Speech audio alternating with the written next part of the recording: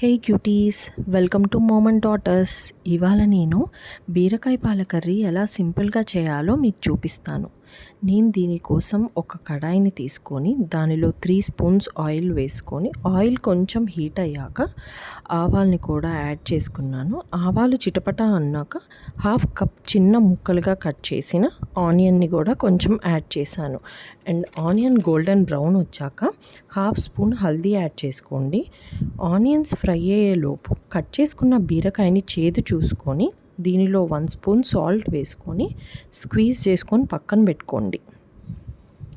ఇప్పుడు golden brown కలర్లోకి వచ్చిన ఆనియన్స్లో 2 చిల్లీస్ అండ్ కొంచెం కర్రీ లీవ్స్ కలుపుకొని మనం స్క్వీజ్ చేసి పెట్టుకున్న బీరకాయ ముక్కల్ని కూడా యాడ్ చేసుకోవాలి.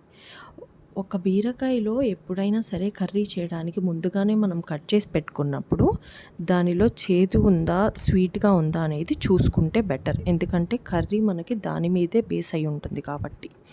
దాని తర్వాత మెత్తగా అయిన తరువాత సాల్ట్ వేసుకొని ఒక్కసారి మళ్ళీ కలుపుకోండి.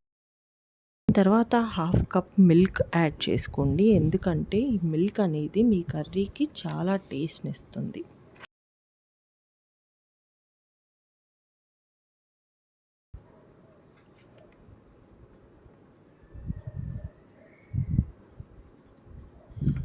ఇంకా లాస్ట్లో ఒక 2 స్పూన్స్ కారం యాడ్ చేసుకోవాలి. మీ టేస్ట్కి తగ్గట్టు కారం యాడ్ చేసుకోండి. నాకైతే 2 స్పూన్స్ కారం సరిపోయింది. లాస్ట్లో దించేసేటప్పుడు కొంచెం కొత్తిమీర యాడ్ చేసుకొని దించేయడమే. అంతే, ఎంతో టేస్టీగా ఉండే బీరకాయ పాలకూర రెడీ.